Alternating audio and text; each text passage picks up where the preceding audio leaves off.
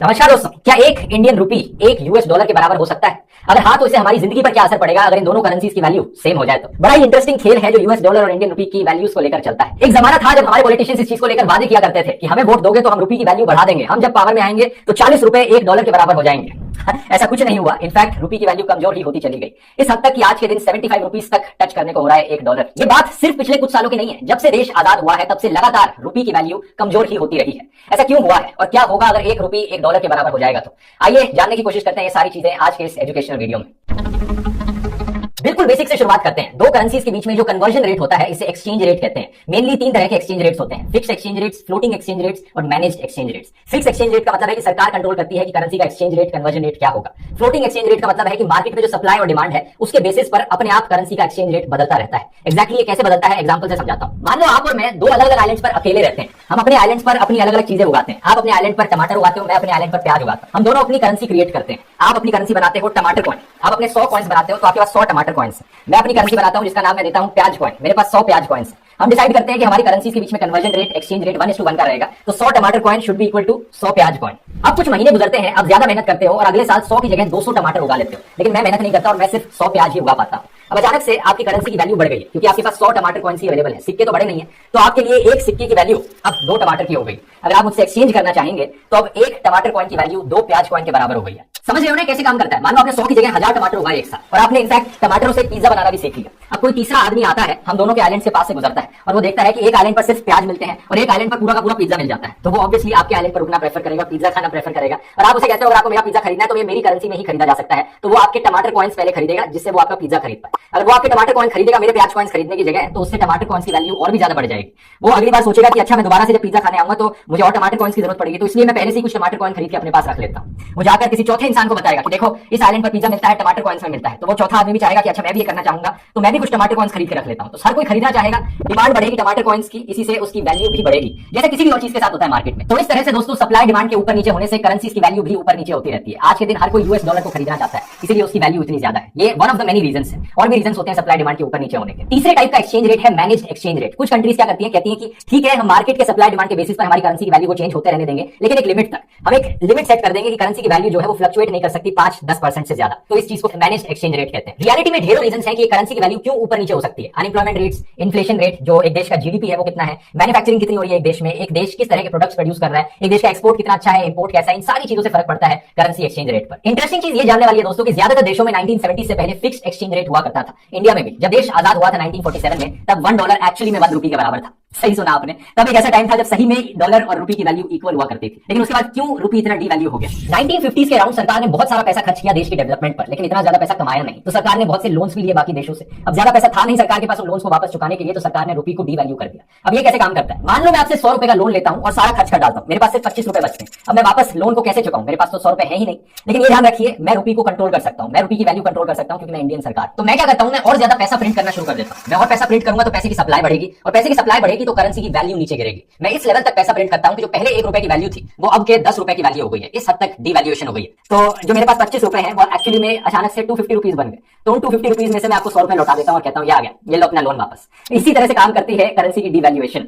उसके बाद 1960s 1970s तक आते आते ढेरों जंग हुई, कहीं पर इंडो पाकिस्तान वॉर तो कहीं पर इंडो चाइना वॉर। फिर से देश को भारी नुकसान सहना पड़ा, बाकी कंट्री से लोन लेना पड़ा, देश को इकोनॉमी बूस्ट करने के लिए फॉरेन इन्वेस्टमेंट की जरूरत थी। और फॉरेन इन्वेस्टमेंट कब आती देश में? जब उन्हें कुछ दिखता कि देश में कुछ चीजें सस्ती मिलती हैं, इसलिए हम इस देश में आकर इन्वेस्ट करना चाहेंगे। इसी रीजन से सरकार ने फिर से एक्सचेंज रेट बदलकर 1 डॉलर इक्वल टू 7 रुपीज के आसपास तक कर दिया। बात यह है दोस्तों कि जब सरकार खुद से करेंसी की वैल्यू कम करती है अपनी मन मर्जी से, सप्लाई बढ़ाकर, इसे डिवैल्यूएशन कहते हैं। और जब एक्सटर्नल फैक्टर्स की वजह से करेंसी की वैल्यू कम हो जाती है, इसे डिप्रिसिएशन कहते हैं। अक्सर लोग डिप्रिसिएशन और डिवैल्यूएशन को कंफ्यूज कर देते हैं, इनके दो अलग अलग मतलब होते हैं, हालांकि इनका जो कंक्लूजन है वो सेम होता है। 1973 में एक बड़ी ऑयल क्राइसिस आई दुनिया में, जिसकी वजह से जो ऑयल इंपोर्ट करता था इंडिया बाकी देशों से वो महंगा पड़ गया। इसकी वजह से इंडियन करेंसी की वैल्यू और नीचे गिर गई। इसके बाद देश की प्रधानमंत्री इंदिरा गांधी का असैसिनेशन किया गया, जिसकी वजह से इंडियन इकोनॉमी पर जो कॉन्फिडेंस था फॉरेनर्स का वो और नीचे गिर गया। तो इसीलिए 1990 तक आते आते 1 यूएस डॉलर 17.5 रुपीज के बराबर हो गया था। और इसके बाद सबसे बड़ा झटका लगा इंडियन इकोनॉमी को 1991 में, बहुत भारी फिस्कल डेफिसिट देखने को मिला। देश में इकोनॉमिक लिबरलाइजेशन हुई और 1994 तक रुपी को फ्लोटिंग एक्सचेंज रेट पर रख दिया गया, जिसके बाद जो भी डिमांड और सप्लाई के चेंजेस होते थे मार्केट में, उससे रुपी की वैल्यू बदलती तो क्या थी, रुपी डिवैल्यू ही होता रहा था तब से। और बहुत सारे फैक्टर्स होते हैं, मैंने बस आपको मेन रीजंस बताए हैं। इसके अलावा ये भी फैक्टर्स होते हैं कि यूएस डॉलर क्यों स्ट्रांग होता गया, बाकी करेंसीज दुनिया में कैसे बदल रही थी, ये सब रिलेटिव होता है कि एक करेंसी दूसरे के कंपैरिजन में कितनी कम हो रही है। जब यहाँ पर मैं कह रहा हूं कि रुपी की वैल्यू नीचे जा रही है तो वहां पर यूएस डॉलर की वैल्यू भी ऊपर जा रही है, तो उसके भी अपने अलग रीजन है उसके पीछे। अब बात करते हैं दोस्तों कि क्या होता अगर आज के दिन भी एक रुपी एक डॉलर के बराबर होता। हो नहीं सकता, लेकिन हम एक हाइपोथेटिकल सिचुएशन इमेजिन करते हैं, अगर ऐसा होता तो क्या होता। सबसे पहली चीज,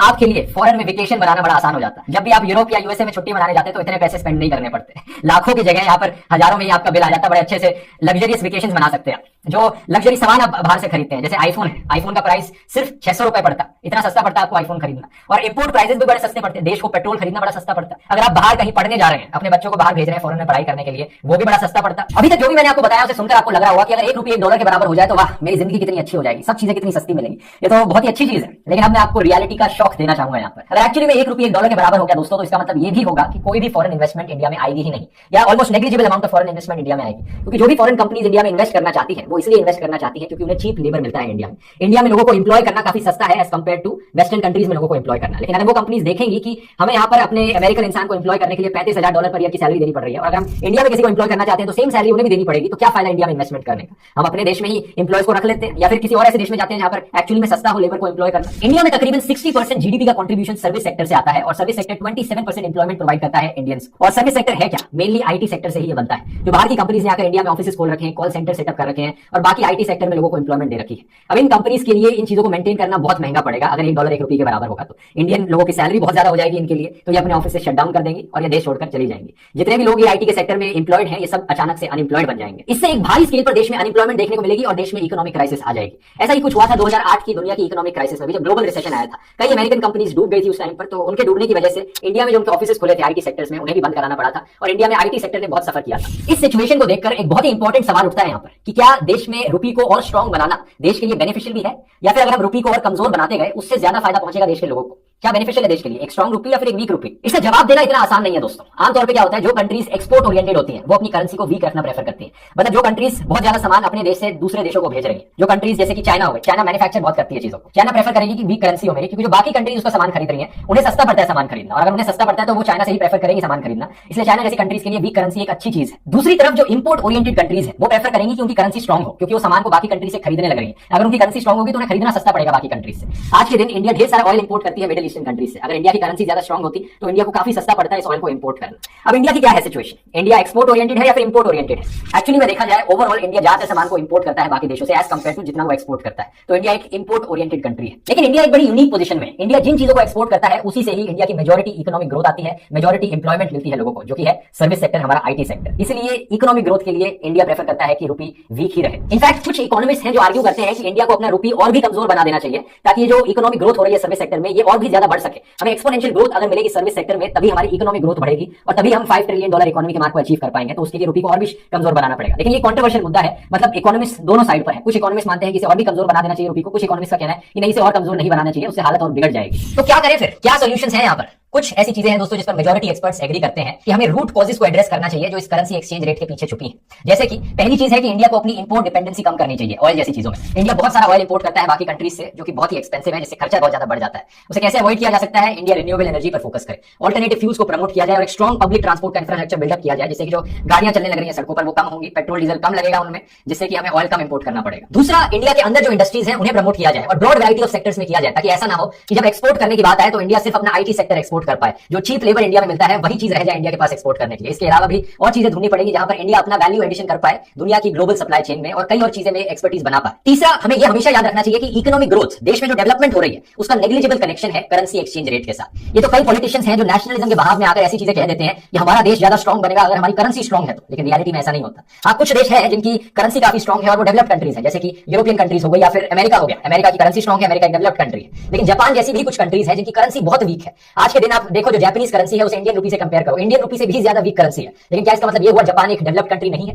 बिल्कुल भी नहीं। जापान एक बहुत हाईली डेवलप्ड कंट्री है, इंडिया से भी ज्यादा डेवलप्ड कंट्री है, लेकिन उसकी करेंसी फिर भी वीक है। इससे पता चलता है कि करेंसी का वीक होना या स्ट्रॉन्ग होना कोई बड़ा इंडिकेटर नहीं है कंट्री के डेवलपमेंट को लेकर। और फाइनली चौथा, काफी ऑब्वियस फैक्ट है लेकिन कई लोग मिस कर जाते हैं कि जो करेंसी की अपने आप में वैल्यू है ना, करेंसी एक्सचेंज रेट पे जो लिखा जाता है वो इतना मैटर नहीं करता, वो तो बदला भी जा सकता है, लेकिन करेंसी की वैल्यू को अपने आप से पास्ट के टाइम से कंपेयर करना चाहिए हमेशा। क्या मतलब है मेरा मतलब यह है कि आज के दिन अगर सरकार कह देती है कि कल से 100 रुपए 1 रुपया बन जाएगा, कल से हम कहते हैं कि जो 100 रुपए की वैल्यू है हम उसे 1 रुपए करके बुलाएंगे, तो कहने के लिए हमारी करेंसी एकदम से स्ट्रांग हो गई, हमारी करेंसी की वैल्यू डॉलर से भी स्ट्रांग हो गई। लेकिन क्या मायने हुए इसके? इसका मतलब जो लोगों की सैलरी है वो भी प्रोपोर्शनली कम हो जाएगी, जो चीजों के दाम है वो भी प्रोपोर्शनली कम हो जाएंगे। मैं नंबर्स की बात कर रहा हूं, एक्चुअल वैल्यू तो चेंज नहीं होगी, लेकिन जो नंबर लिखा जाएगा कि आपको कितनी सैलरी दी जाती है वो भी 100 के फैक्टर से कम हो जाएगी, जो चीजों के दाम है वो भी 100 के फैक्टर से कम हो जाएंगे। तो ओवरऑल कुछ फर्क नहीं पड़ेगा ये करने से। इसीलिए करेंसीज को हमेशा रिलेटिवली देखा जाता है और रियलिटी में बाकी और फैक्टर्स होते हैं जो एक्चुअली में इन्फ्लुएंस करते हैं करेंसी की ओरिजिनल वैल्यू को, जिनकी बात मैंने वीडियो के शुरू में करी थी जब मैंने वो आइलैंड का एग्जांपल लिया था। तो उम्मीद करता हूं दोस्तों वीडियो इन्फॉर्मेटिव लगा होगा और नीचे कमेंट्स में लिखकर बताइए अगर आप ऐसे ही और वीडियोस देखना चाहते हैं तो, और ये भी बताइए कि और कौन से टॉपिक्स पर ऐसे वीडियोस देखना प्रेफर करेंगे। मिलते हैं अगले वीडियो में, बहुत बहुत धन्यवाद।